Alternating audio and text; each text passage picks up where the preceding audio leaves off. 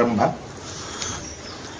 ಗುರುಸ್ತುತಿಯೊಂದಿಗೆ ಮತ್ತು ಮಂಗಳಾಚರಣದ ಶ್ಲೋಕದೊಂದಿಗೆ. ಗುರುವೇ ಸರ್ವಲೋಕಾನಾಂ ವಿಷಯೇ ಭವರೋಗಿಣಾಂ ನಿಧಯೇ ಸರ್ವವಿದ್ಯಾನಾಂ ಶ್ರೀ ದಕ್ಷಿಣಾಮೂರ್ತಯೇ ನಮಃ. ಸದಾಶಿವಸಮಾರಂಭಾಂ ಶ್ರೀಶಂಕರಾಚಾರ್ಯಮಧ್ಯಮಾಂ ಅಸ್ಮದಾಚಾರ್ಯಪರ್ಯಂತಾಂ ವಂದೇ ಗುರುಪರಂಪರಾಂ. ಓಂ ನಮೋ ಭಗವತೆ ವಿರಾಜೇಶ್ವರಾಯ. ಓಂ ಶ್ರೀ ಗಣೇಶಾಯ ನಮಃ. ಓಂ ಶ್ರೀ ಮಹಾಸರಸ್ವತ್ಯೈ ನಮಃ. ವಸುದೇವಸುತಂ ದೇವಂ ಕಂಸಚಾಣೂರಮರ್ದನಂ ದೇವಕೀ ಪರಮಾನಂದಂ ಕೃಷ್ಣಂ ವಂದೇ ಜಗದ್ಗುರುಂ. ಮೂಕಂ ಕರೋತಿ ವಾಚಾಲಂ ಪಂಗುಂ ಲಂಘಯತೆ ಗಿರಿಂ ಯತ್ಕೃಪಾತಮಹಂ ವಂದೇ ಪರಮಾನಂದಮಾಧವಂ. ನಾರಾಯಣಂ ನಮಸ್ಕೃತ್ಯ ನರಂ ಚೈವ ನರೋತ್ತಮಂ ದೇವೀಂ ಸರಸ್ವತೀಂ ವ್ಯಾಸಂ ತತೋ ಜಯಮುದೀರಯೇತ್.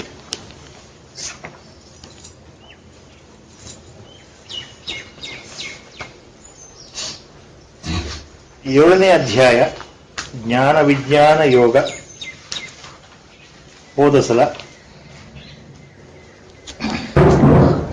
10ನೇ ಶ್ಲೋಕಕ್ಕೆ ಬಂದಿತ್ತು. Commentaries given by ಮಹಾತ್ಮನ್ಸ್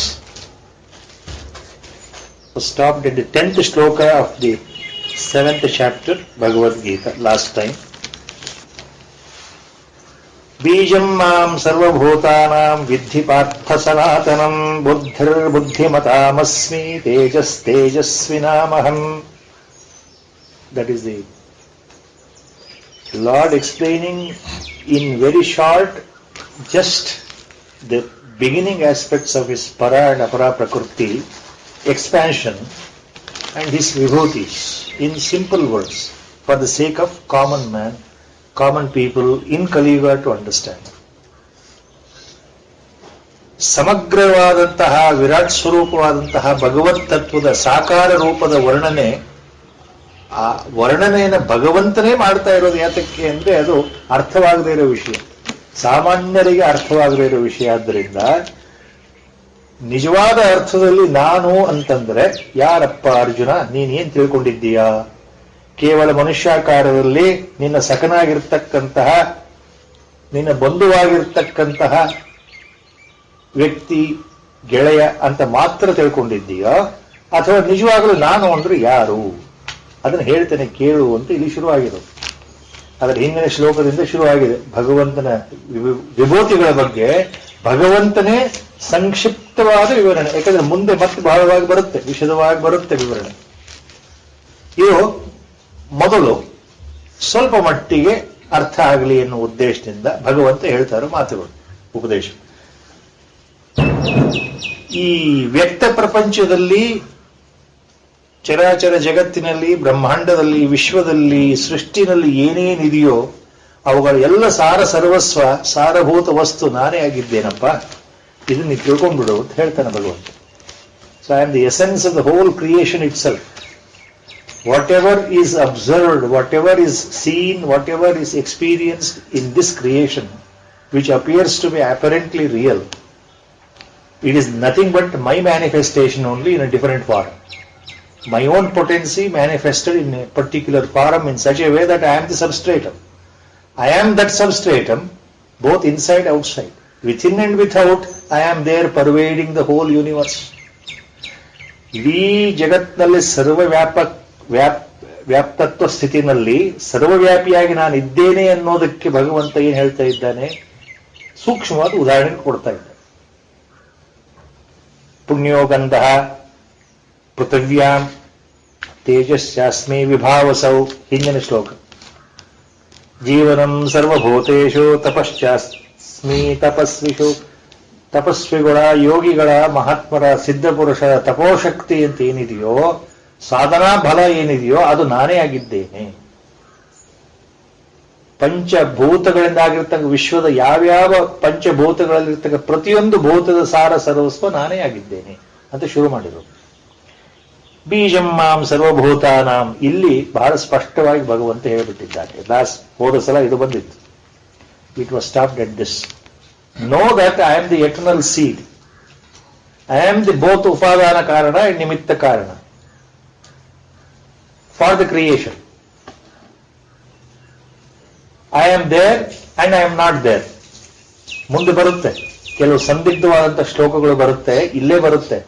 Now in the same 7th chapter next he says something very interesting which cannot be understood, which can be interpreted in so many ways. Same thing again he tells in the 9th chapter also later. To give one small example now itself, how Bhagavad Gita is difficult for us to understand. ನಮ್ಮ ಗುರುಗಳು ಯಾವಾಗಲೂ ಹೇಳ್ತಾ ಇದ್ರಲ್ಲ, why it is difficult, why it is difficult. Verbatim meaning itself sometimes is not understood correctly. We commit mistakes. Even the person who thinks that he knows Bhagavad Gita while giving commentary, he will commit mistake. Our Gurudev used to say all these things. Only Mahatmans, they know what the essence of Bhagavad Gita. They are the ones who can tell us correctly. Not ordinary intellectual people, worldly people who think that they know with all their intelligence. It is nothing but they are trying to show off their intelligence. They try to explain, but they may not be explaining properly. This is our Gurudev's wordings. That is why Bhagavad Gita sometimes becomes difficult.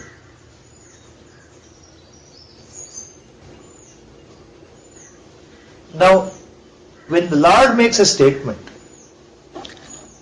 both exactly in opposite ways, totally in opposite ways.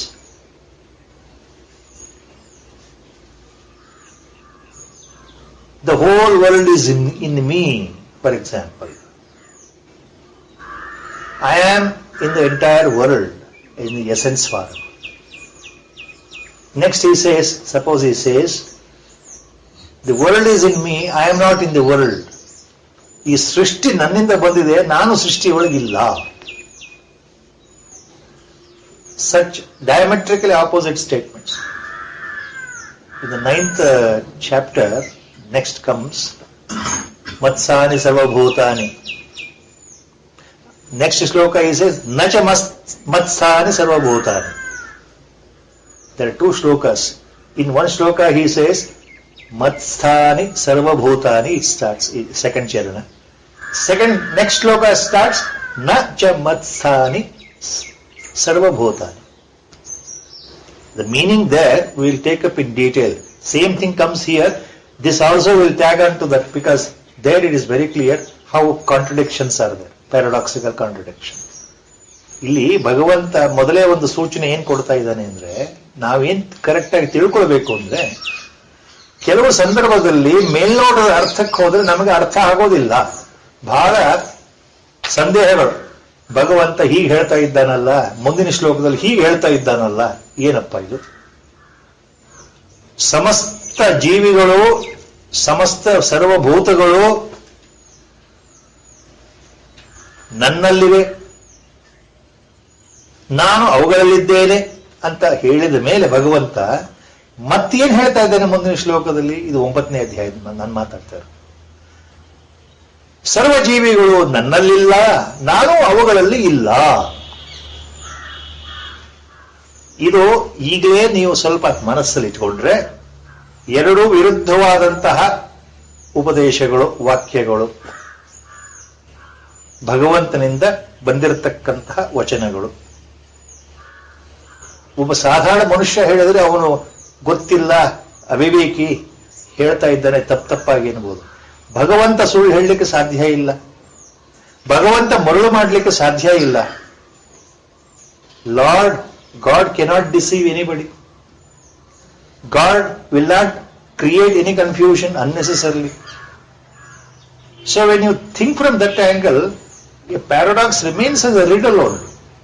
So that we will take up there in the 9th chapter. Because there is something here next.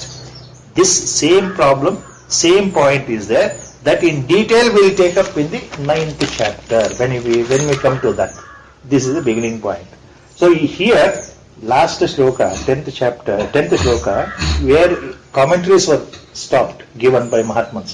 Bijam maham sarvabhutanam vidhi partha sanatanam. Think that I am that eternal, that unmanifest, that primordial, the cause of the cause, causeless cause, that absolute, that primordial point, seed from which the whole universe has come. And to the same point, the whole universe gets involuted. ಯಾವುದರಿಂದ ಉತ್ಪತ್ತಿಯಾಗಿದೆಯೋ ಈ ವಿಶ್ವ, ಈ ಬ್ರಹ್ಮಾಂಡ, ಆ ಮೂಲ ಕಾರಣ, ಆ ಸನಾತನ ಬೀಜ ನಾನೇ ಅಂತ ತಿಳಿಯಪ್ಪ. ಅಂದ್ರೆ ನನ್ನಿಂದಲೇ ಎಲ್ಲವೂ ಬಂದಿದೆ, ಎಲ್ಲದಕ್ಕೂ ನಾನೇ ಮೂಲ ಕಾರಣ ಆಗಿದ್ದೇನೆ, ಸೃಷ್ಟಿಗೆ ನಾನೇ ಮೂಲ ಕಾರಣ. ಪ್ರಪಂಚದ ಸೃಷ್ಟಿ ಮತ್ತು ಅದರ ಸ್ಥಿತಿ, ಅದರ ಉಳಿಯುವಿಕೆ, ಅದರ ಗಮನಗಳು, ಅದಕ್ಕೂ ನಾನೇ ಕಾರಣ. ಪ್ರಪಂಚ ನಡೆಯುವ ರೀತಿ, ಅದಕ್ಕೂ ನಾನೇ ಕಾರಣ. ಮುಂದೆ ಒಂದು ದಿವಸ ಪ್ರಪಂಚ ವಾಪಸ್ ಹೋಗುತ್ತಲ್ಲ, ಸಂಹಾರ ಆಗತ್ತಲ್ಲ, ನಾಶವಾಗತ್ತಲ್ಲ, ಮಾಯವಾಗತ್ತಲ್ಲ ಮಹಾಪ್ರಳಯದಲ್ಲಿ, ಅದಕ್ಕೂ ನಾನೇ ಕಾರಣ, ಎಲ್ಲದಕ್ಕೂ ನಾನೇ ಕಾರಣ. ಸೊ ಇಲ್ಲಿ ಹೇಳ್ತಾ ಹೇಳ್ತಾ ಎಲ್ಲ ಕೆಲವು ವಿಭೂತಿಗಳನ್ನ ತನ್ನ ಬುದ್ಧಿವಂತರಲ್ಲಿ ಯಾವುದನ್ನು ನಾವು ಬುದ್ಧಿ, ಶ್ರೇಷ್ಠ ಬುದ್ಧಿವಂತಿಕೆ ಅಂತ ಕರೀತೇವೋ ಆ ಬುದ್ಧಿಯು ನಾನೇ ಆಗಿದ್ದೇನಪ್ಪ. ತೇಜಸ್ವಿಗಳಲ್ಲಿರ್ತಕ್ಕಂಥ ಬ್ರಹ್ಮ ತೇಜಸ್ಸು ನಾನೇ ಆಗಿದ್ದೇನೆ, ತಪಸ್ವಿಗಳಲ್ಲಿರ್ತಕ್ಕಂತಹ ತಪೋಶಕ್ತಿ ನಾನೇ ಆಗಿದ್ದೇನೆ. ಈ ರೀತಿ ಹೇಳ್ತಾ ಇದ್ದಾನೆ ಭಗವಂತ. ಬೀಜಂ ಮಾಂ ಸರ್ವಭೂತಾನಾಂ ವಿದ್ಧಿ ಪಾರ್ಥ ಸನಾತನಂ ಬುದ್ಧಿರ್ಬುದ್ಧಿಮತಾಮಸ್ಮಿ ಬುದ್ಧಿಮತಾಂ ಬುದ್ಧಿರ್ ಅಸ್ಮಿ ತೇಜಸ್ವಿನಾಂ ಅಹಂ ತೇಜ ಅಹಂ. ಇದು ಹೇಳಿದ ಮೇಲೆ ಅದನ್ನು ಸ್ವಲ್ಪ ವಿಶದೀಕರಿಸಬೇಕು ಅಂತ ಹೇಳಿ ಮತ್ತೆ ಮುಂದಿನ 2 ಶ್ಲೋಕಗಳು, 11th ಶ್ಲೋಕ ವಿ ಆರ್ ಕಮೆನ್ಸಿಂಗ್ ಟುಡೇ. ಬಲಂ ಬಲವತಾಂ ಚಾಹಂ ಕಾಮರಾಗ ವಿವರ್ಜಿತಂ ಧರ್ಮಾ ವಿರುದ್ಧೋ ಭೂತೇಷು ಕಾಮೋಸ್ಮಿ ಭರತರ್ಷಭ. This shloka appears very clear in one sense. Follow the first charana, very clear. But there is one important riddle here. The first line can be interpreted, and it has been interpreted in 2 different ways by Mahatmas. Lord says, Balam balavatam cha aham. Aham ಬಲವತಾಂ ಬಲಂ. ಯಾರು ಬಲಶಾಲಿಗಳು, ಸಾಮರ್ಥ್ಯವುಳ್ಳವರು, ವೀರರು ಅಂತಿದ್ದಾರಲ್ಲ, ಅವರಲ್ಲಿರ್ತಕ್ಕಂತಹ ಪೌರುಷ ಶಕ್ತಿ, that manliness, that ability, I am that ability present in human beings. What that ability? The strength, ಬಲಂ, or the might, manliness, that capacity. So that strength, with that strength only, human beings or any living being, they live their life. The instinctive nature of any animal, including man, please follow what the science says. Medical science says, which we knew long back. What is that? The basic character of a living organism is always the instinctive behavior of self-defense. Always without the knowledge, without anybody teaching, without parental guidance, without parents teaching or a teacher teaching, any animal born till it dies, when there is a danger, it will always try to escape from the danger. Why? Because it has that will to live. So that is the balam. ಪ್ರತಿಯೊಂದು ಜೀವಿಗೆ ಜೀವಿಸಬೇಕು ಅನ್ನೋ ಒಂದು ಛಲ ಇದೆಯಲ್ಲ, ಅಪಾಯದ ಸಂದರ್ಭದಲ್ಲಿ ಗೊತ್ತಿಲ್ಲದೆ ತನ್ನನ್ನು ತಾನು ರಕ್ಷಣೆ ಮಾಡಿಕೊಳ್ಳತಕ್ಕಂಥ ಪ್ರತಿಯೊಂದು ಜೀವಿ ವ್ಯವಹಾರ ವಿಜ್ಞಾನದಲ್ಲಿ ಹೇಳುತ್ತೆ. It is A birth instinct, it is A behavioural instinctive nature, it is A behavioural instinctive character of any animal, including man. ಇದು ಎಲ್ಲರಿಗೂ ಗೊತ್ತಿರೋ ವಿಷಯ. ಆ ಬಲವು ನಾನೇ ಆಗಿದ್ದೇನೆ. ಎಲ್ಲ ಜೀವಿಗಳಿರತಕ್ಕಂತಹ ಬಲ ಅಂತ ಅದೇ ಅರ್ಥ. I am that strength, I am that might among all living organisms. ಚ ಸಿ ಬಲವತಾಂ ಬಲಂ ಅಹಂ ಚ ಕಾಮರಾಗ ವಿವರ್ಜಿತಂ. ಬಲಂ ಬಲವತಾಂ ಚಾಹಂ Kamaraga Vivarjitam. Next point in this first Charana. Mahatmas. Now one interpretation, including Acharya Shankara. This Kamaraga Vivarjitam has been taken as an adjective and tagged on to the Balam. First point. What type of Balam? What type of strength? What type of that might? That manliness? That Paurusha? That capacity? That Samarthya? What is that Balam? That Balam which is Kama Raga Vivarjitam. A Balam devoid of Kama. A Balam devoid of Raga. Raga includes Dvesha also. Both go together. Opposites. Kama means all types of desires. All types of expectation. Including the reproductive desire, procreative desire, desire for sexual union, that also comes under Kama. All the time this has been made very clear. So any Balam devoid of Kama, devoid of desire, devoid of Raga, attachment, Moha, expectation, Lobha.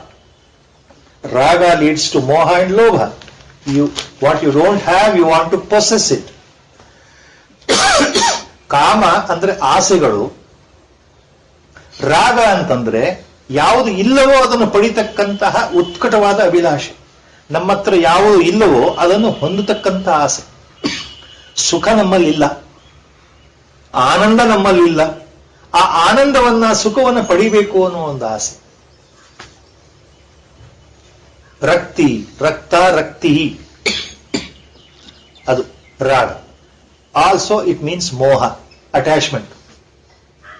ರಾಗ leads to attachment. ರಾಗ ಅಂತಂದ್ರೆ ಉತ್ಕಟವಾದ ಅಭಿಲಾಷೆ. ಯಾರಿಗೋಸ್ಕರ ಅಂದ್ರೆ ಕೇವಲ ತನಗೋಸ್ಕರ ಅಲ್ಲ, ತನ್ನವರಿಗೋಸ್ಕರ. ತಾನು ಮತ್ತು ತನ್ನವರು.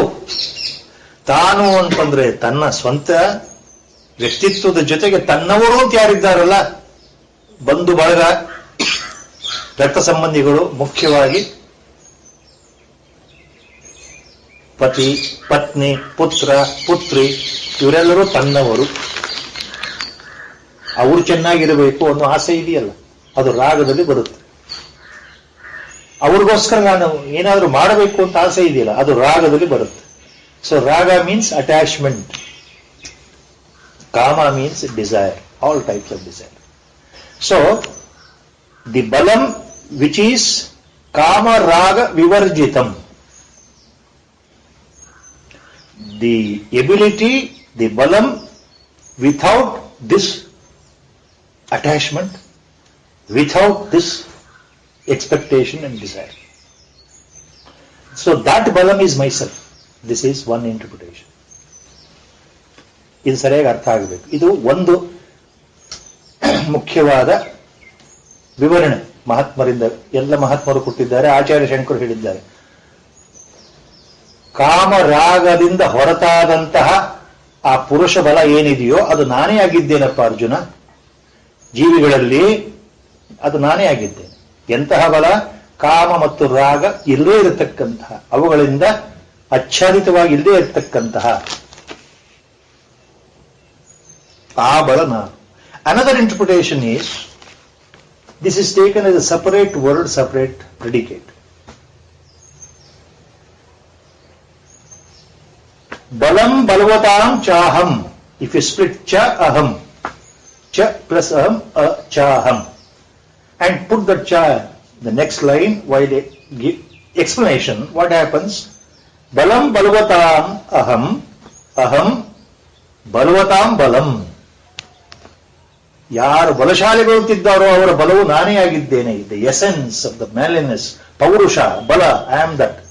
ಚ ಅಂಡ್, ಚ ಮೀನ್ಸ್ ಅಂಡ್, ಅಧ್ಯಾರೋಪ, ಅಹಂ ಮತ್ತೇನಾಗಿದ್ದೇನೆ? ಅಹಂ ಕಾಮರಾಗ ವಿವರ್ಜಿತಂ. That is second interpretation.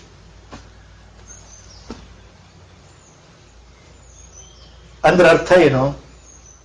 ಯಾರು ಬಲಿಷ್ಠರಾಗಿದ್ದಾರಲ್ಲಪ್ಪ ಅರ್ಜುನ, ಯಾರು ಬಲಶಾಲಿಗಳಾಗಿದ್ದಾರಲ್ಲ, ಸಾಮರ್ಥ್ಯರಾಗಿದ್ದಾರಲ್ಲ, ಯಾರಲ್ಲಿ ಆ ಪೌರುಷ ಉಕ್ಕಿ ಏರ್ತಾ ಇದೆಯಲ್ಲ, ಆ ಮನುಷ್ಯತ್ವ ಅಥವಾ ಆ ಮ್ಯಾನ್ಲಿನೆಸ್, ಆ ಬಲ ನಾನೇ. ಅದರ ಜೊತೆಗೆ ನಾನು ಕಾಮ ಮತ್ತು ರಾಗಗಳಿಂದ ವಿಮುಕ್ತನಾಗಿದ್ದೇನೆ, ಕಾಮ ರಾಗಗಳಿಂದ ಹೊರತಾಗಿದ್ದೇನೆ. I am devoid of the kama and raga, what is found in all living beings, which are under the sway of Maya, under my own creation. My own Maya has covered the whole creation. So ajnanis, worldly people, except jnanis, siddha purushas, mahapurushas, all come under avidya, ajnana. So all the worldly people are under the influence of kama and raga because of my own Maya. But I am devoid of that. I am above that. That is second interpretation. Both are there. In both way you can take it. ಕಾಮ ಮತ್ತು ರಾಗಗಳ ಹೊರತಾದಂತಹ ಪುರುಷರಲ್ಲಿರುವ ಬಲ ನಾನೇ ಆಗಿದ್ದೇನಪ್ಪ. ಅಥವಾ ಪುರುಷರಲ್ಲಿರ್ತಕ್ಕಂತಹ ಬಲಾಢ್ಯರಲ್ಲಿರ್ತಕ್ಕಂತಹ ಬಲ ಅಂತ ಏನಿದೆಯೋ, ಸಾಮರ್ಥ್ಯ ಏನಿದೆಯೋ ಅದು ನಾನಾಗಿದ್ದೇನೆ. ಜೊತೆಗೆ ನಾನು ಕಾಮ ಮತ್ತು ರಾಗಗಳಿಂದ ವಿಮುಖನಾಗಿದ್ದೇನೆ. I am devoid of passion, I am devoid of expectation and desires, all types of desires. I am beyond that. First line. Then second line, ಧರ್ಮ ವಿರುದ್ಧೋ ಭೂತೇಷು ಕಾಮೋಸ್ಮಿ ಭರತರ್ಷಭ. Look, ಭರತರ್ಷಭ, Arjuna,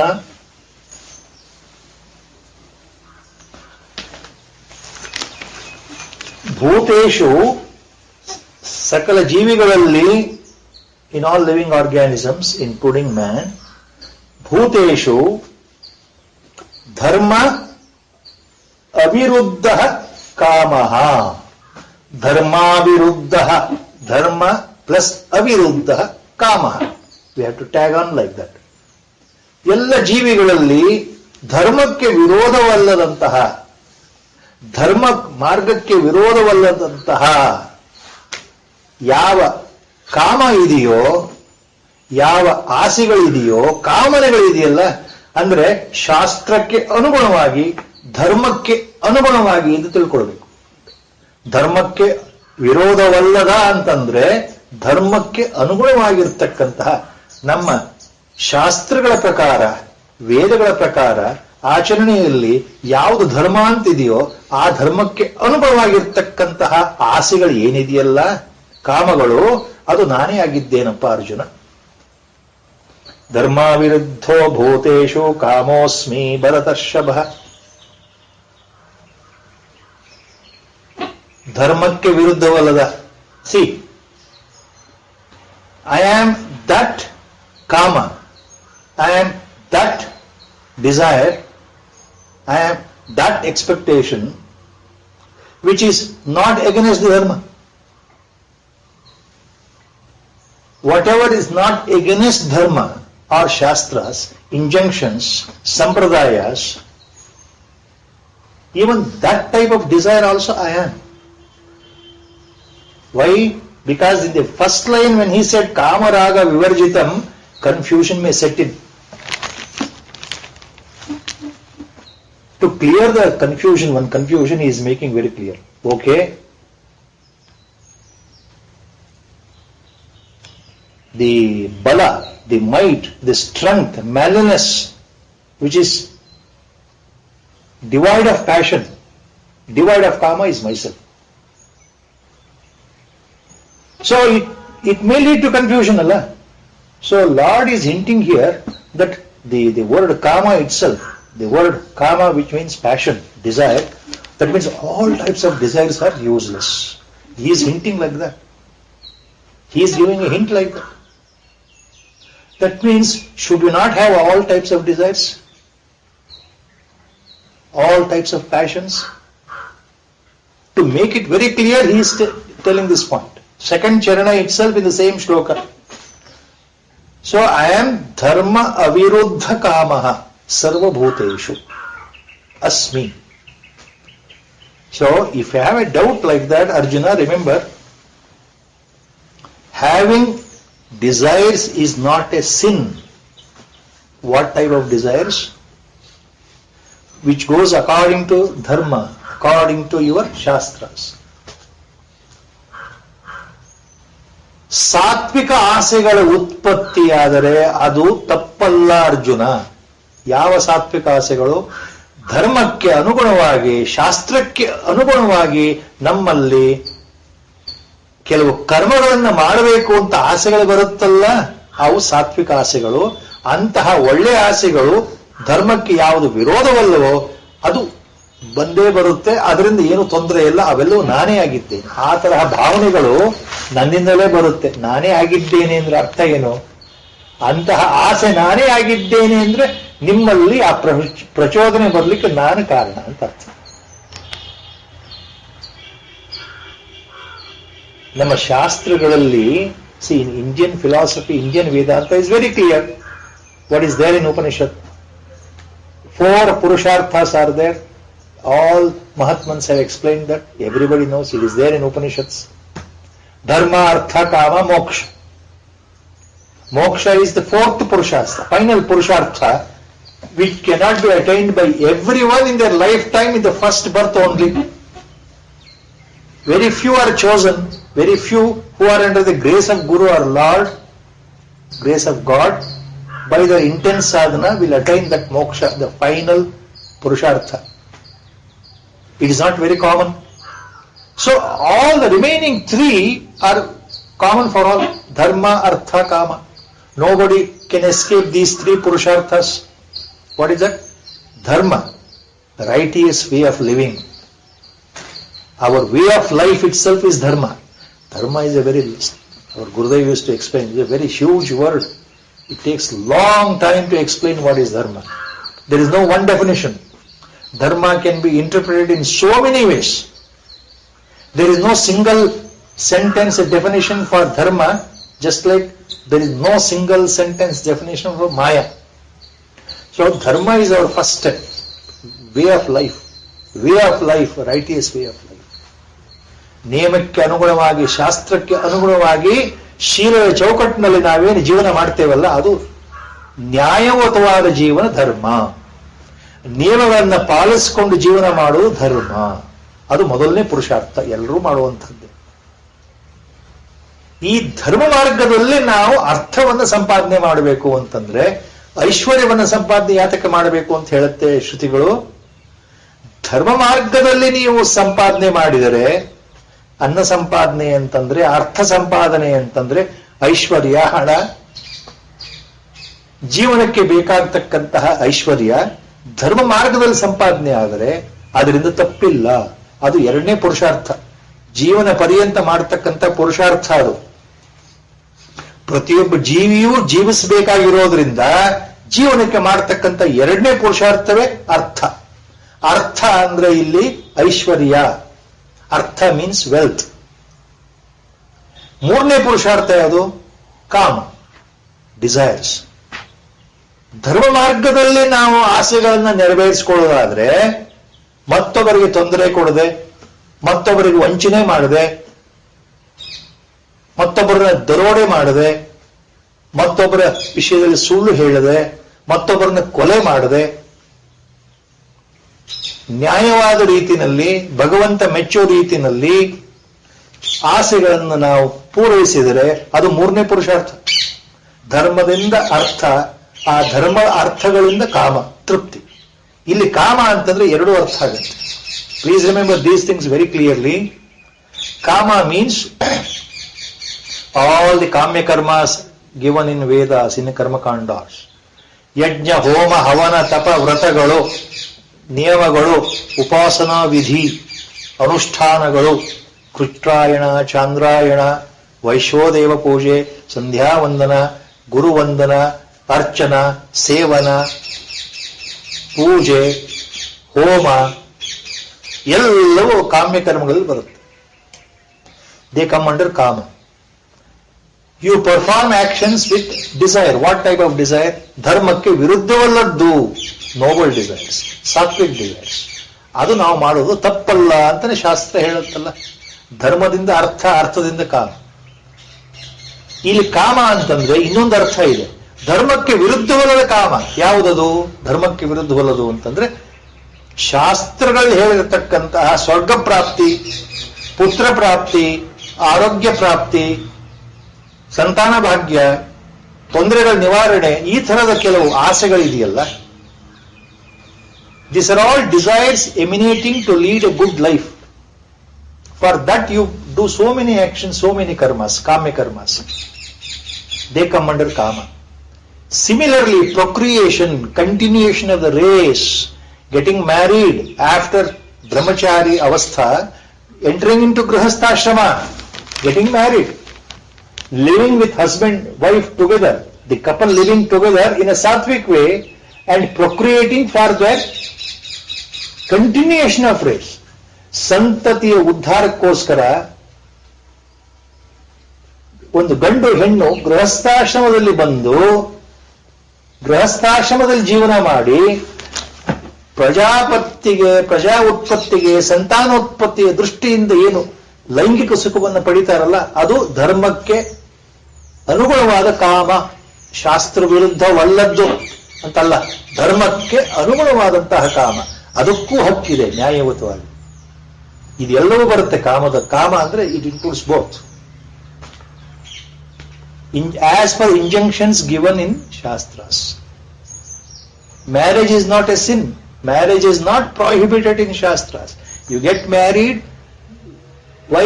To procreate your next generation, to create the next generation. So, they are all part of the dharma only. ಆ ಅರ್ಥವ ಇಲ್ಲಿ ಬರ್ತಾ ಇದೆ. ಎಲ್ಲ ಕಾಮ ಅನ್ನೋ ಶಬ್ದ ಎಲ್ಲವೂ ಬಂತು ಅಂತ. ಧರ್ಮ ವಿರುದ್ಧೋ ಭೂತೇಶು ಕಾಮೋಸ್ಮಿ ಭರತರ್ಷಭ. ಧರ್ಮಕ್ಕೆ ವಿರುದ್ಧವಲ್ಲದಂತಹ ಎಲ್ಲ ಆಸೆಗಳು ನಾನೇ ಆಗಿದ್ದೇನಪ್ಪ Arjuna. See, I am that type of desires emanating in human mind which is in conjunction with dharma, conjunction with shastras, conjunction with your way of righteous way of life. This is the meaning. Now the commentary is very important. Dharma viruddho bhuteshu dharma aviruddha kamah ahamasmi sarva bhuteshu Arjuna. Lord has made. ಧರ್ಮಕ್ಕೆ ವಿರುದ್ಧವಾಗಿ ಇರದೇ ಇರ್ತಕ್ಕಂಥ ಆಸೆಗಳೇನಿದೆಯೋ ಅದೆಲ್ಲ ನಾನೇ ಆಗಿದ್ದೇನೆ. ಅಂದ್ರೆ ಅರ್ಥ ಏನು? ಧರ್ಮ ಅವಿರುದ್ಧ ಕಾಮ ಅಹಮಸ್ಮಿ. ದಟ್ ಮೀನ್ಸ್ ಧರ್ಮ ವಿರುದ್ಧ ಕಾಮ ಅಹಂ ನ ಅಸ್ಮಿ. ಹಾಗಾದ್ರೆ ಧರ್ಮಕ್ಕೆ ವಿರೋಧವಾಗಿರತಕ್ಕಂಥ ಆಸೆಗಳು ನಿನ್ನ ಮನಸ್ಸಲ್ಲಿ ಬಂದ್ರೆ ಅದು ನಾನಲ್ಲ. ಭಗವಂತ ಹಂಗೆ ನಾವು ತಿಳ್ಕೊಳ್ಬೇಕು. ಹಾಗೆ ಹೇಳ್ತಾ ಇದ್ದಾನೆ. When lord makes one statement, the other part also you have to consider here. That is why Bhagavad Gita is difficult, as our Gurudev used to say. See, Lord is making a beautiful statement here. What is not against dharma, such desire is myself. That means what? Kali Yuga, our human mind will start working on this. Reasoning power. I am very intelligent. I believe in my individual intelligence. I am very educated. So, I start now putting a question here. This is called Vitanda. Vitandavada. Vitandavada is important. What is the logic here? So, when Lord says like that, I am that passion, I am that kama, I am that desire, which is not against dharma, means anything against dharma is not myself. That's what Lord is hinting at.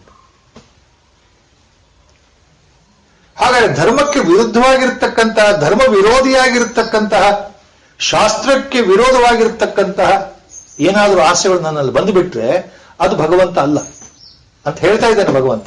ಅಂದ್ರೆ ನಾನು ಕೊಲೆ ಮಾಡಬೇಕು ಅಂತ ಆಸೆ ಬಂದ್ರೆ, ಇನ್ನೊಬ್ಬರ ತಲೆ ಹೊಡೆದು ದುಡ್ಡು ಸಂಪಾದನೆ ಮಾಡಬೇಕು ಅಂತ ಆಸೆ ಬಂದ್ರೆ, ನಾನು ಲಂಚ ತಗೊಂಡು ಭ್ರಷ್ಟಾಚಾರನಾಗಿ ದುಡ್ಡನ್ನ ಸಂಪಾದನೆ ಮಾಡಲೇಬೇಕು ಮಕ್ಕಳ ಮರಿಗೋಸ್ಕರ ಅಂತ ಆಸೆ ಬಂದ್ರೆ, ಇನ್ನೊಬ್ಬರನ್ನ ಕೊಲೆ ಮಾಡಬೇಕು ಅಂತ ಆಸೆ ಬಂದ್ರೆ, ಸುಳ್ಳು ಹೇಳಬೇಕು ಅಂತ ಆಸೆ ಬಂದ್ರೆ, ಮೋಸ ಮಾಡಬೇಕು ಅಂತ ಆಸೆ ಬಂದ್ರೆ, if I become very ಕನ್ನಿಂಗ್, If I go on telling lies in order to see that I come up in life, go on pushing down others so that I will come up in life, in hierarchy of bureaucracy, I may get such a feeling ಅಲ್ಲ. ಧರ್ಮಕ್ಕೆ ವಿರುದ್ಧವಾಗಿರೋ ಆಸೆಗಳು, ಅದು ಭಗವಂತ ಅಲ್ಲ. ಆ ಆಸೆ ಬಂದ್ರೆ ಅದು ಭಗವಂತಂದಲ್ಲ ಅಂತ ಅರ್ಥ ಇದೆ. Now the commentary here is Acharya's beautiful one commentary is there. If you go deeper into Vedanta, keeping this shloka aside, what is that we remember? Everything is God only. Previous shloka, if you go back. Bijamam Sarvam. Sanatana Bijam. Everything I am myself. Whole creation is myself. Everything has come from me only. Everything has come from God only. That's what everybody knows in highest level Vedanta. All Mahatmas say like that. ಪ್ರತಿಯೊಂದು ಭಗವಂತನಿಂದ ಸೃಷ್ಟಿ ಬಂದಿದೆ ಅಂದ್ರೆ, ಈ ಸೃಷ್ಟಿಲಿ ಏನಿದೆಯೋ, ಈ ಪ್ರಪಂಚದಲ್ಲಿ ಏನಿದೆಯೋ ಎಲ್ಲದಕ್ಕೂ ಭಗವಂತನೇ ಕಾರಣ ಅಂದ್ರೆ, ಈಗ ಮನಸ್ಸು ಹೇಗೆ ಪ್ರಶ್ನೆ ಮಾಡ್ತಾ ಇದೆ ನೋಡಿ. ಹಾಗಾದ್ರೆ ನನ್ನ ಮನಸ್ಸಲ್ಲಿ ಬರ್ತಕ್ಕಂತಹ ಕೆಲವು ಕಾಮಗಳು, ಆಸೆಗಳಿದೆಯಲ್ಲ, ಈ ಕಾಮೋತ್ಪತ್ತಿ ಇದೆಯಲ್ಲ, ಧರ್ಮಕ್ಕೆ ವಿರುದ್ಧವಾಗಿರುತ್ತೋ, ಅದು ಭಗವಂತನೇ ಅಲ್ವಾ ಕೊಟ್ಟಿರ್ಬೇಕು? ಕೊಟ್ಟಿಲ್ಲ ಅಂತ ಹೇಗೆ ಹೇಳೋದು? ಎಲ್ಲದಕ್ಕೂ ಅವನೇ ಕಾರಣ ಅಂದ್ರೆ ಇದಕ್ಕೂ ಅವನೇ ಕಾರಣ.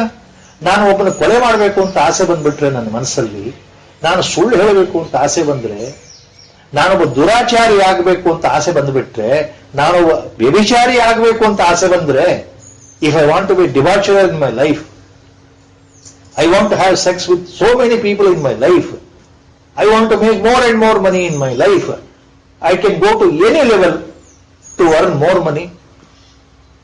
So if I get such feelings, even such feelings are coming from God only, because He is root cause for the whole creation, for the mind also, the thoughts also. Now the Lord says, I am only such one category of desires which are not against dharma. Then what about the second category of desires coming in my side, in my mind? Who is responsible? God should be responsible. This is logic. ಇಲ್ಲಿ ಒಂದು ತರ್ಕ ಏನಿದೆ ಅಂದ್ರೆ, ಇದು ಹೇಗಪ್ಪ ಇದನ್ನು ಭಗವಂತನ ವಚನ ನಾವು ಅರ್ಥ ಮಾಡ್ಕೊಳ್ಳೋದು? ಭಗವಂತ ಏನ್ ಹೇಳ್ತಾ ಇದ್ದಾನೆ ಅಂದ್ರೆ, ಧರ್ಮಕ್ಕೆ ವಿರುದ್ಧವಲ್ಲದಂತ ಆಸೆಗಳೇನಿದೆಯೋ, ಕಾಮೋತ್ಪತ್ತಿ ಏನಾಗ್ತಾ ಇದೆಯೋ, ನಿಮ್ಮಲ್ಲಿ ಕಾಮ ಉದ್ಭವಿಸ್ತಾ ಇದೆಯಲ್ಲ, ಧರ್ಮಕ್ಕೆ ವಿರೋಧವಲ್ಲದ ಕಾಮ ಅಂದ್ರೆ ಅನುಗುಣವಾದಂತ ಕಾಮ ನಾನೇ ಆಗಿದ್ದೇನೆ, ಅವು ನನ್ನಿಂದಲೇ ಬರ್ತಾವಪ್ಪ ಅಂತ ಹೇಳ್ತಾ ಇದ್ದಾನಲ್ಲ. ಹಾಗಾದ್ರೆ ನನ್ನ ಮನಸ್ಸಲ್ಲಿ ಬರುವ ಆಸೆಗಳು ಕೆಟ್ಟ ಆಸೆಗಳು. ಸಿಂಪಲ್ ಆಗಿ ಮಾತಾಡಬೇಕು ಅಂದ್ರೆ, to make it very clear, ಎಲ್ಲಾ ಒಳ್ಳೆ ಆಸೆಗಳು ಅದಕ್ಕೆ ನಾನು ಕಾರಣ ಅಂತ ಭಗವಂತ ಹೇಳ್ತಾ ಇದ್ದಾನೆ. ಕೆಟ್ಟ ಆಸೆಗಳು ನನ್ನ ಮನಸ್ಸಲ್ಲಿ ಬರ್ತಾ ಇದೆಯಲ್ಲ ಪ್ರತಿ ದಿವಸ, ಅದಕ್ಕೆ ಯಾರು ಕಾರಣ ಆಗಿದ್ದಾರೆ? ಭಗವಂತ ಅಲ್ವಲ್ಲ. ಭಗವಂತ ಹೇಳೋ ಪ್ರಕಾರ ಭಗವಂತ ಅಲ್ಲಲ್ಲ, ಒಳ್ಳೆ ಆಸೆಗಳು ಮಾತ್ರ ಅದಕ್ಕೆ ನಾನು ಕಾರಣ. ಹಾಗಾದ್ರೆ ಕೆಟ್ಟ ಆಸೆಗಳಿಗೆ ಯಾರು ಕಾರಣ? ಧರ್ಮ ವಿರೋಧ ಕಾಮ ಎಲ್ಲಿಂದ ಬರುತ್ತೆ?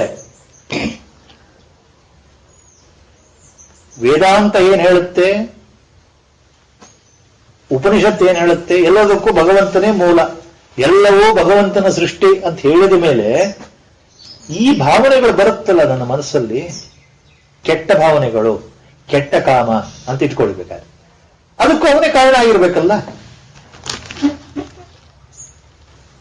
R you catching this argument? This is one paradox.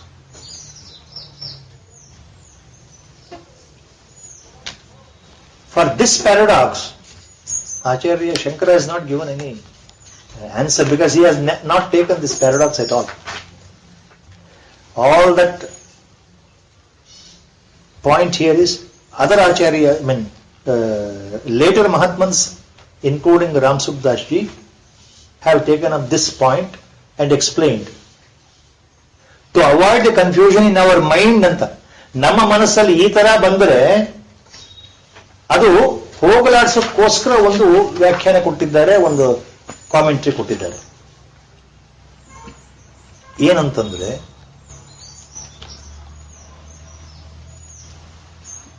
ಸಾತ್ವಿಕವಾದಂತಹ ಕಾಮ ಅಂತಂದ್ರೆ ಧರ್ಮಕ್ಕೆ ಅನುಗುಣವಾದಂತಹ ಕಾಮ ಅಂತಂದ್ರೆ ಅದು ಭಗವತ್ ಸ್ವರೂಪವೇ, ಅದು ಭಗವಂತನ ಪ್ರಾಪ್ತಿ, ಅದು ನಿತ್ಯ ಪ್ರಾಪ್ತಿಯಾಗಿರೋದು, ಎಲ್ಲರಲ್ಲೂ ಬರಬೇಕು.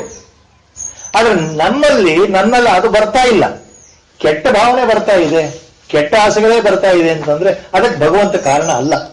ಯಾಕೆ ಕಾರಣ ಅಲ್ಲ ಅಂತಂದ್ರೆ ಸ್ವಭಾವತಃ ಭಗವಂತ ನಿರಪೇಕ್ಷಿ, ನಿರ್ವಿಕಾರಿ, ನಿಷ್ಕ್ರಿಯ, ನಿರ್ಗುಣ, ಅಜ ಮತ್ತು ಅಮರ. ಅಂದ್ರೆ ಈ ಸೃಷ್ಟಿಯ ವ್ಯಾಪಾರಕ್ಕೋ ಮನೋವ್ಯಾಪಾರಕ್ಕೋ ಭಗವಂತನಿಗೂ ಏನೇನೂ ಯಥಾರ್ಥವಾದ ಸಂಬಂಧ ಇಲ್ಲ. ಸೃಷ್ಟಿಯಲ್ಲಿ ಬಂದಿರತಕ್ಕಂಥದ್ದು ಎಲ್ಲ ಒಳ್ಳೆ ಪದಾರ್ಥಗಳೇ ಬಂದಿರೋದು. ಆದ್ರೆ ನಮ್ಮಲ್ಲಿ ಕೆಟ್ಟ ಭಾವನೆ ಯಾಕೆ ಬರ್ತಾ ಇದೆ ಅಂದ್ರೆ ಅದಕ್ಕೆ ನಾವೇ ಕಾರಣ ಅಂತ ಒಂದು ವ್ಯಾಖ್ಯಾನ ಬರುತ್ತೆ.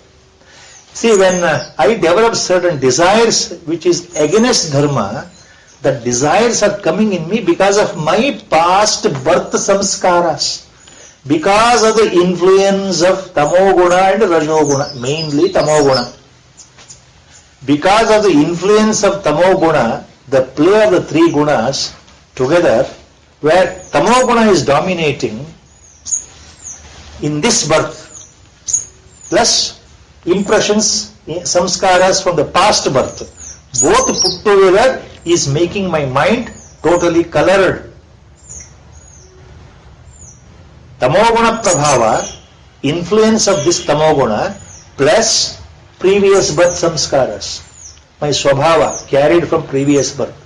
ಹಿಂದಿನ ಜನ್ಮಗಳಿಂದ ನನ್ನ ಕೆಲವು ಸ್ವಭಾವ ಇದೆಯಲ್ಲ ಸಂಸ್ಕಾರ ರೂಪಿ, ಅವುಗಳ ಪ್ರಭಾವ ಮತ್ತು ನನ್ನಲ್ಲಿರ್ತಕ್ಕಂಥ ತಮೋಗುಣ ಎರಡೂ ಸೇರಿಬಿಟ್ಟು, ಜೊತೆಗೆ ರಜೋಗುಣ ಸೇರಿಬಿಟ್ಟು ನನ್ನನ್ನು ಆಟ ಆಡಿಸ್ತಾ ಇದೆ.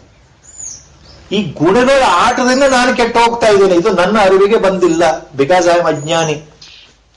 These gunas are responsible because that is how the Maya is playing the trick, controlling the mind, but I don't know that I am being controlled by Maya. I don't know that I am controlled by three gunas of Maya. So, I am totally covered in ajnana, avidya. That is why this cannot be God. This is the explanation. God knows whether the explanation is more complicated or the simple way of giving two-line commentary is very easy. I have no idea. Balam balvatam chaham kamaraga vivarjitam dharma viruddho bhuteshu kamosmi bharatarshava.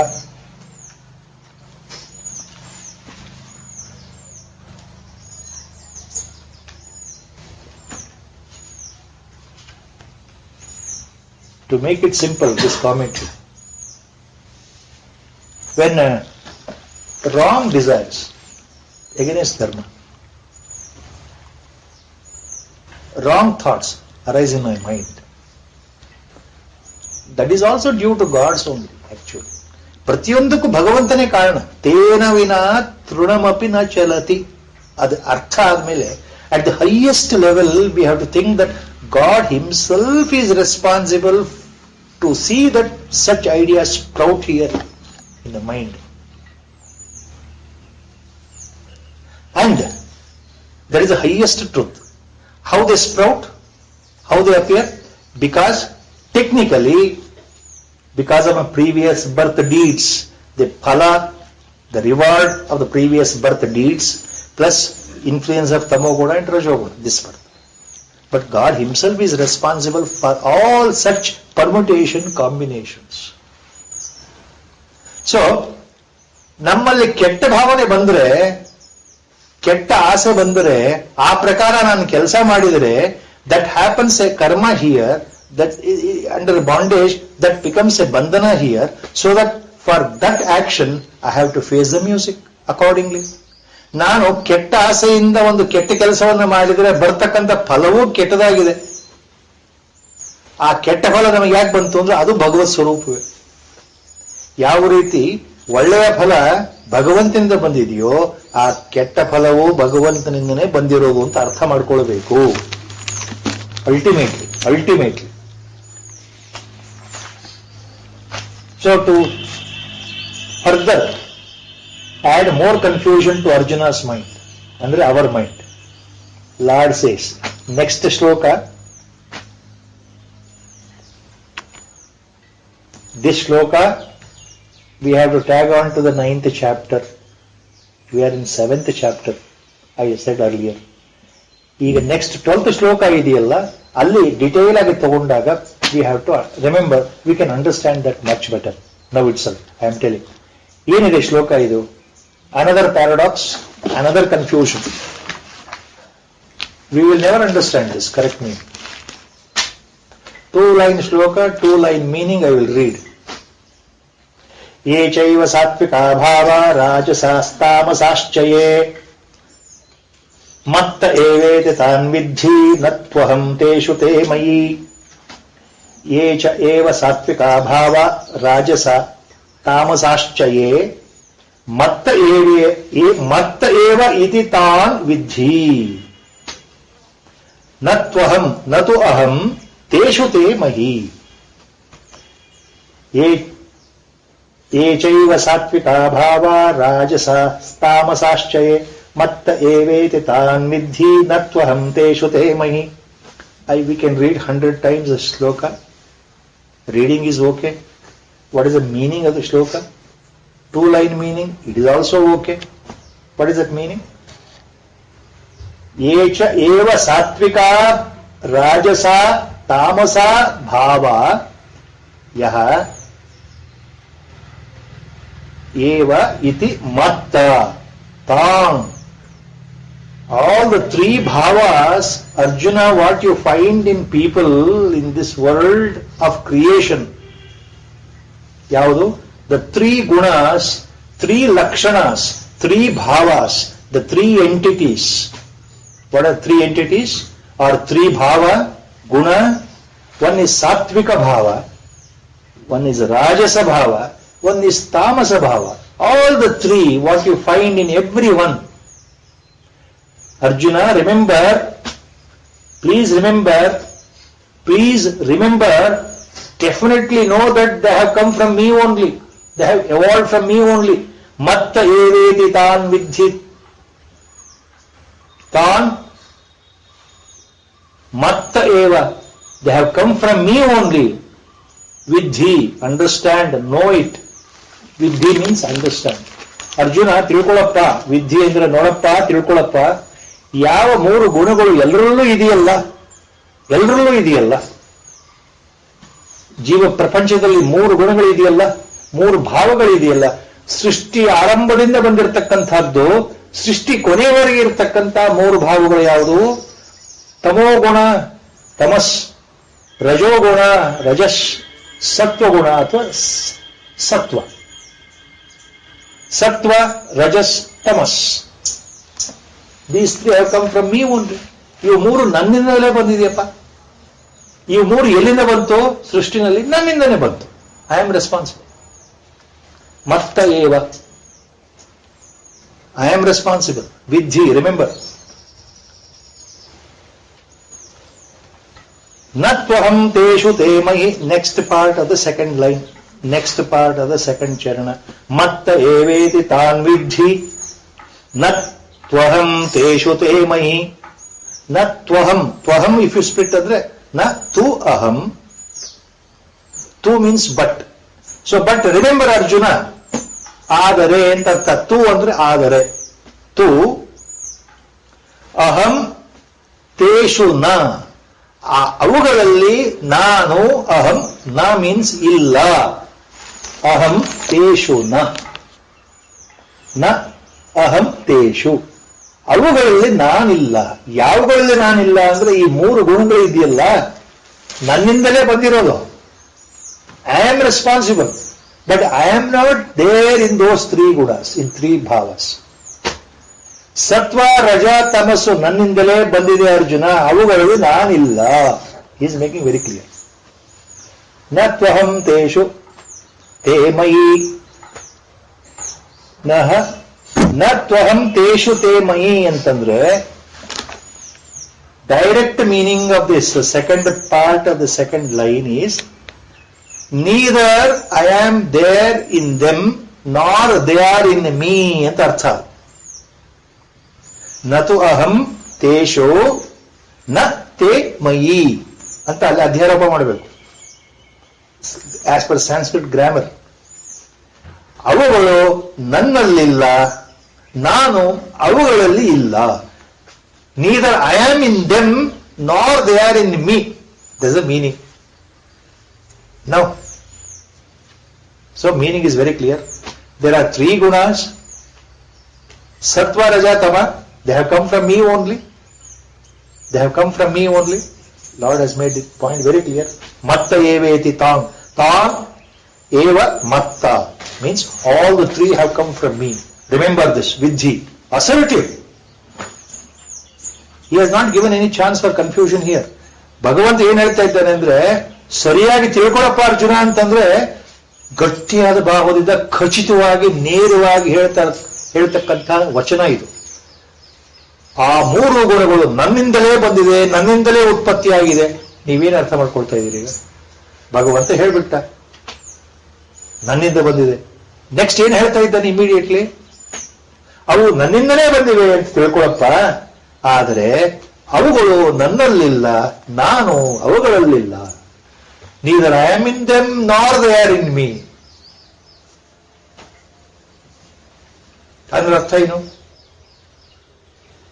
ಈ 3 ಗುಣಗಳು ನನ್ನಿಂದ ಬಂದಿದೆ, ಸತ್ವ ತಮ ರಜ, ಸೃಷ್ಟಿ ಆರಂಭದಿಂದ. ಈ 3 ಗುಣಗಳು ನನ್ನಲ್ಲಿಲ್ಲ,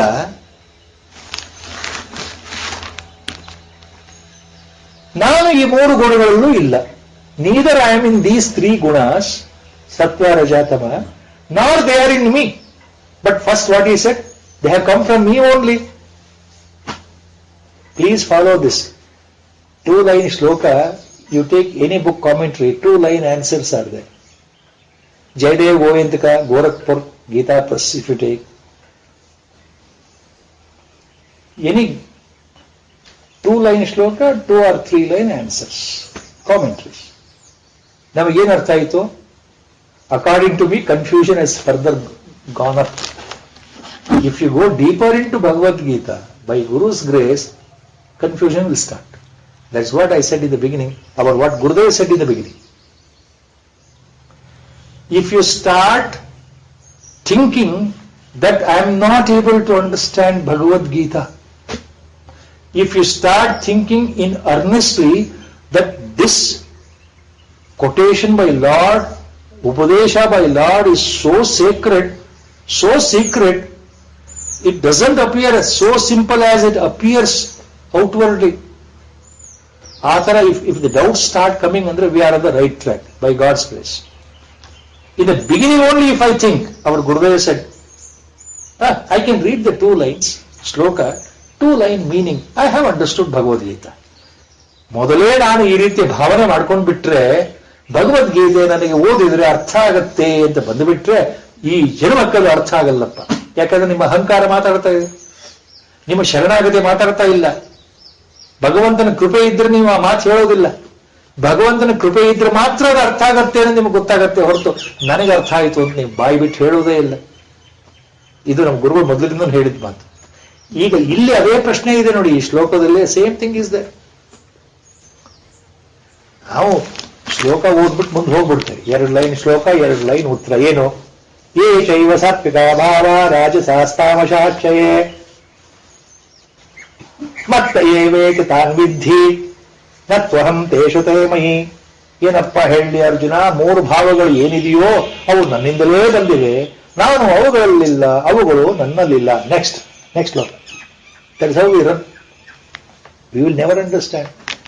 Please follow the paradox here. This can be explained at a greater length in the 9th chapter. In the 9th chapter, same paradox is there. Nacha matsani bhutani in one shloka, 2nd line. Next shloka, 1st line. Next shloka, 1st line. No, in the first shloka, matsani sarva bhutani. Next shloka, 1st line, nacha matsani sarva bhutani. Same paradox. ಅಲ್ಲಿ ಬಹಳ detail ಆಗಿ ಇದನ್ನು ತಗೊಳ್ಬಹುದು.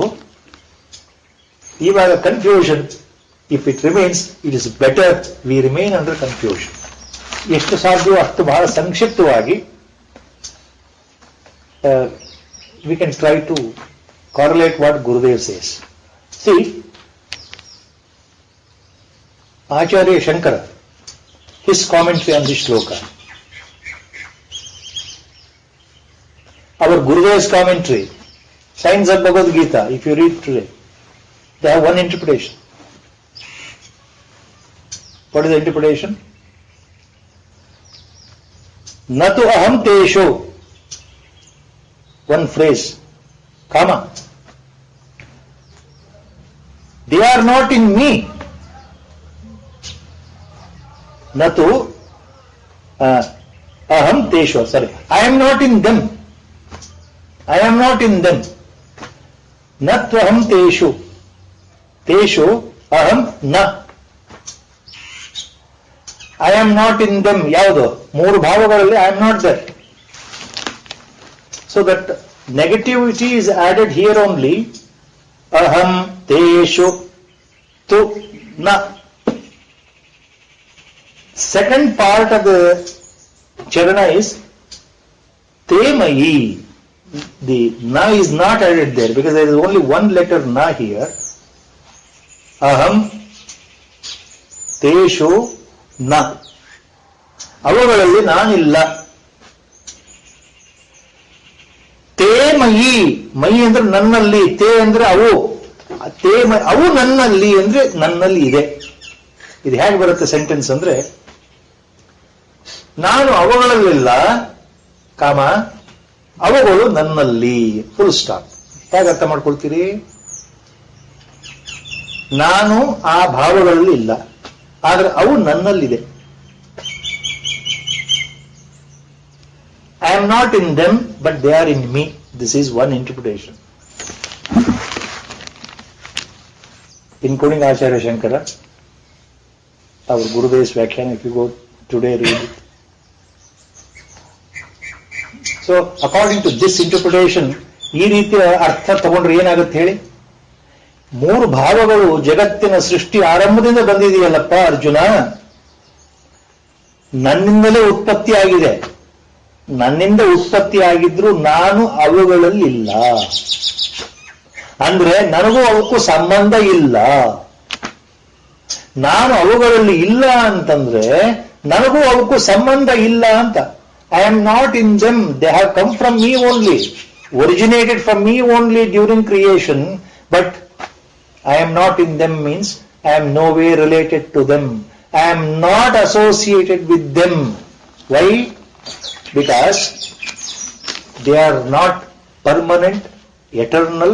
They belong to only my lower nature. They belong to my apara prakriti. ಇವತ್ತು ಇದ್ದು ನಾಳೆ ನಾಶವಾಗ್ತಕ್ಕಂತಹ ವಿಶ್ವದ ಜೊತೆಗೆ, ಪ್ರಪಂಚದ ಜೊತೆಗೆ, ಬ್ರಹ್ಮಾಂಡ ಜೊತೆಗೆ ಈ ಗುಣಗಳು ಸಹ ನಾಶವಾಗ್ತವೆ. ಸತ್ವಗುಣ, ರಜೋಗುಣ, ತಮೋಗುಣ ಸೃಷ್ಟಿಯಲ್ಲಿ ಬಂತು, ನನ್ನ ಸಾನ್ನಿಧ್ಯದಿಂದ ಬಂದಿದೆ. ನಾನೇ ಅದಕ್ಕೆ ಬರೋದಕ್ಕೆ ಕಾರಣ. ಪ್ರಪಂಚ ಇರೋವರೆಗೂ ಅವು ಇರ್ತವೆ, ಆಮೇಲೆ ಅವು ಹೊರಟು ಹೋಗ್ತವೆ, ನಾಶವಾಗುತ್ತೆ. ಅವು ಯಥಾರ್ಥ ರೂಪದಲ್ಲಿ ಬದಲಾವಣೆ ಇಲ್ಲದೆ ಶಾಶ್ವತವಾಗಿರೋ ವಸ್ತು ಅಲ್ಲ. ಅವು ಪರಬ್ರಹ್ಮ ತತ್ವ ಅಲ್ಲ, ಅದು ಅಪರಾಬ್ರಹ್ಮ ತತ್ವ, ಅಪರಾ ಪ್ರಕೃತಿ. ಅಪರಾ ಪ್ರಕೃತಿ ಇಸ್ ಆಲ್ವೇಸ್ ನಾಟ್ ಪರ್ಮನೆಂಟ್. ಆದ್ದರಿಂದ ನಾನು ಅವುಗಳಲ್ಲಿ ಇಲ್ಲ ಆ ಅರ್ಥದಲ್ಲಿ. ತೇಮಯಿ, ಅವು ನನ್ನಲ್ಲಿದೆ. I am not in them because I am the absolute ಅನ್ನೋ ಅರ್ಥ. I remain unchanged. If I am in them, they are also become ajaya and amara. No birth, no death. That means they are present ever, forever. That cannot happen because they are born during creation. ಯಾವುದಕ್ಕೆ ಹುಟ್ಟಿದೆಯೋ ಅದಕ್ಕೆ ಸಾವು ಅಂತ ಇರಲೇಬೇಕಲ್ಲ. So ಈ ಗುಣಗಳು ಸಹ ಪ್ರಕೃತಿನಲ್ಲಿ, ಸೃಷ್ಟಿನಲ್ಲಿ ಹುಟ್ಟುತ್ತವೆ, ಕೊನೆಗೆ ಒಂದು ದಿವಸ ನಾಶವಾಗುತ್ತೆ. ಯಾವಾಗ?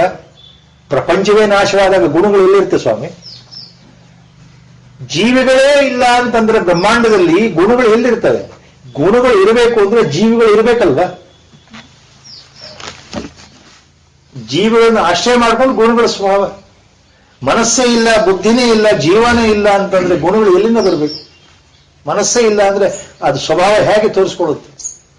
ಸತ್ತ ಪದಾರ್ಥಕ್ಕೆ ಸ್ವಭಾವ ಇಲ್ಲ, ಬದುಕಿರೋ ಪದಾರ್ಥ ತನ್ನ ಸ್ವಭಾವ ತೋರಿಸ್ಕೊಡುತ್ತೆ. So These three bhavas, three attributes are not permanent. They are not eternal. They are born. They appear because of me. I am responsible, but they also go away one day. So, I am not in them. This is the meaning. ಭಗವಂತ ಏನು ಹೇಳ್ತಾ ಇದ್ದಾನೆ ಅಂದ್ರೆ ಇಲ್ಲಿ ಸೂಕ್ಷ್ಮವಾಗಿ ಮೊದಲೇ ಒಂದು hint ಕೊಡ್ತಾ ಇದ್ದಾನೆ. ತನ್ನ ವಿಭೂತಿಯ ಬಗ್ಗೆ, ತನ್ನ ಸ್ವರೂಪದ ಬಗ್ಗೆ ಸಮಗ್ರ ರೀತಿಯ ತಾನು ಏನು ಅಂತ ಅರ್ಥ ಆಗಬೇಕಲ್ಲ. ಸಾಕಾರ ಸ್ಥಿತಿ ಮತ್ತು ನಿರಾಕಾರ ಸ್ಥಿತಿ ಎರಡೂ ನಾನೇ ಅನ್ನೋದನ್ನು ಭಗವಂತ ತೋರಿಸ್ಕೊಡ್ಬೇಕಲ್ಲ. ಅದಕ್ಕೋಸ್ಕರ ಮಾಯ ಆಟ ಏನು, ಸೃಷ್ಟಿ ಆಟ ಏನು ಅಂತ ಮುಂದೆ ಹೇಳ್ಬೇಕಲ್ಲ. ಅವೆಲ್ಲಕ್ಕೋಸ್ಕರ ಇವರು ಪೂರ್ವಿಭಾವಿಯಾಗಿ as a beginning this shloka has come now. Now this further he explains later in detail when he takes up the word Maya. Next he introduces the word Maya. Maya and the three gunas, they are together. The Maya exhibits in the form of three gunas, please remember. ಮಾಯೆ ಅಂತಂದ್ರೆ ಏನು ಅಂತ ಹೇಳಲಿಕ್ಕೆ ಆಗಲ್ವಲ್ಲ ಬಾಯಿ ಬಿಟ್ಟು. ಈ ಮೂರು ಗುಣಗಳ ಆಟವೇ ಮಾಯೆ. Acharya Shankara has explained that very clearly, beautiful definition in Vivek Chudamani. What is Maya? Avyakta namni paramesha shakti karyayamaya sudiyaiva Maya yaya tat sarvamidam jagat prasuyate. That which cannot be seen, that cannot be felt, that cannot be understood, that cannot be explained, but that is responsible for this world. That is responsible for the creation, and it completely controls us. So that is Maya. Maya results in three gunas. That is what Acharya says. All those things the Lord is hinting here now itself. Yechaiva satvika bhava rajasastamashaschaye matta eveti tan vidhi natvaham teshu te mayi. With Guru Sankalpa, we will stop here with the Prarthana Shlokas. Vasudeva sutam devam kamsachanuramardanam devaki paramanandam krishnam vande jagadgurum mukam karoti vachalam pangum langayate girim yatrupatamaham vande paramanandamadavam Narayanam namaskritya naram chaiva narottamam Devim Saraswatim Vyasam Tato Jayamudiraye Hari Om.